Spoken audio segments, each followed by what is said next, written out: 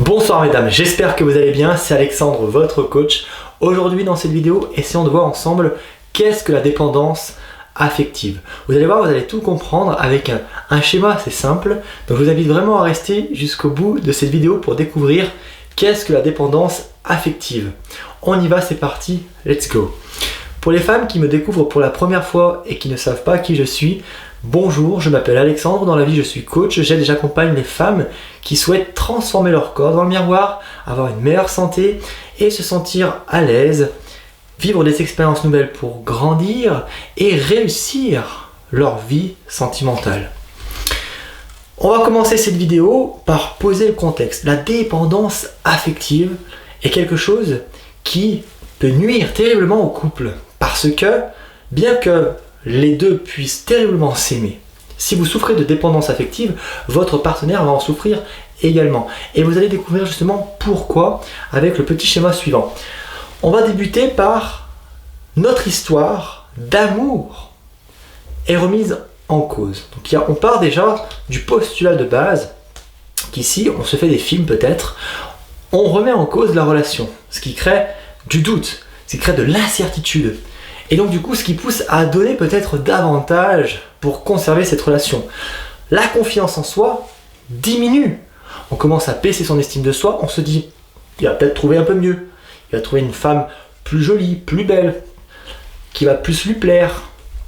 Et on n'arrive pas à se positionner dans le couple. Ensuite, j'attends des mots d'amour. Et justement, vu que j'ai un manque de confiance en moi, j'aimerais qu'il puisse me dire que je suis belle, que je suis jolie, que je lui apporte de la confiance, enfin toutes ces choses-là, de l'attention. Et en fait, si on n'en a pas spécialement, j'ai l'impression que rien ne change, j'ai l'impression que j'ai pas des mots d'amour, j'ai l'impression que rien ne change dans notre relation qui est un petit peu remise en cause. Eh bien, je souffre de la situation. Et le fait que je souffre de la situation induit que votre partenaire aussi va souffrir de la situation, il va souffrir de votre parano. Parce que, effectivement, s'il n'y a pas vraiment de lieu, de raison à ce manque de confiance dans la relation, eh bien, il va en souffrir aussi. Ce qui fait que l'histoire encore va être remise en cause, peut-être de sa part. Ce qui fait qu'il va y avoir encore un manque de confiance en soi, qui va induire j'attends des mots d'amour, et j'ai l'impression que la situation ne change pas.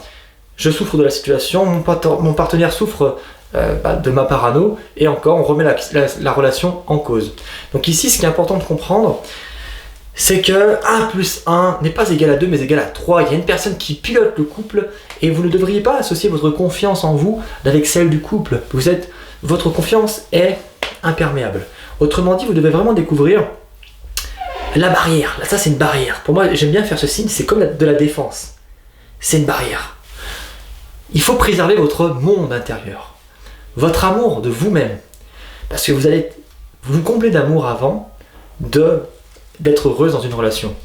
Ne soyez pas parano, peut-être qu'il vous envoie des signes que vous n'arrivez pas à interpréter aujourd'hui en lien avec la situation de votre relation. Il vous aime, mais vous n'arrivez pas à voir pourquoi il vous aime. Vous n'interprétez pas de la bonne manière les signes qu'il vous envoie, dans le sens il est en train de vous aimer tout simplement. Et c'est ça, c'est peut-être de la parano, tout simplement. Ou peut-être effectivement, il y a quelque chose qui doit être remis en question, et auquel cas, c'est à lui de venir discuter vers vous, s'il doit venir vous livrer certaines choses. Ne passez pas à côté du fait de votre bonheur et de qui vous êtes, tout simplement. Vous allez terriblement en souffrir, et vous allez vous passer à côté. Vous allez toujours être dans la concession, toujours donner de la valeur pour la personne, mais vous allez vous oublier. Donc voilà un petit peu pour ce postulat tout simplement de la dépendance affective. Si vous avez apprécié la vidéo, je vous invite tout simplement à liker, commenter et partager. Abonnez-vous bien à cette chaîne et à activer la cloche de notification puisqu'il y a une vidéo par jour sur ce thème des relations amoureuses. Moi je vous embrasse, je vous dis à demain pour une nouvelle vidéo YouTube. Let's go, libérez la bête.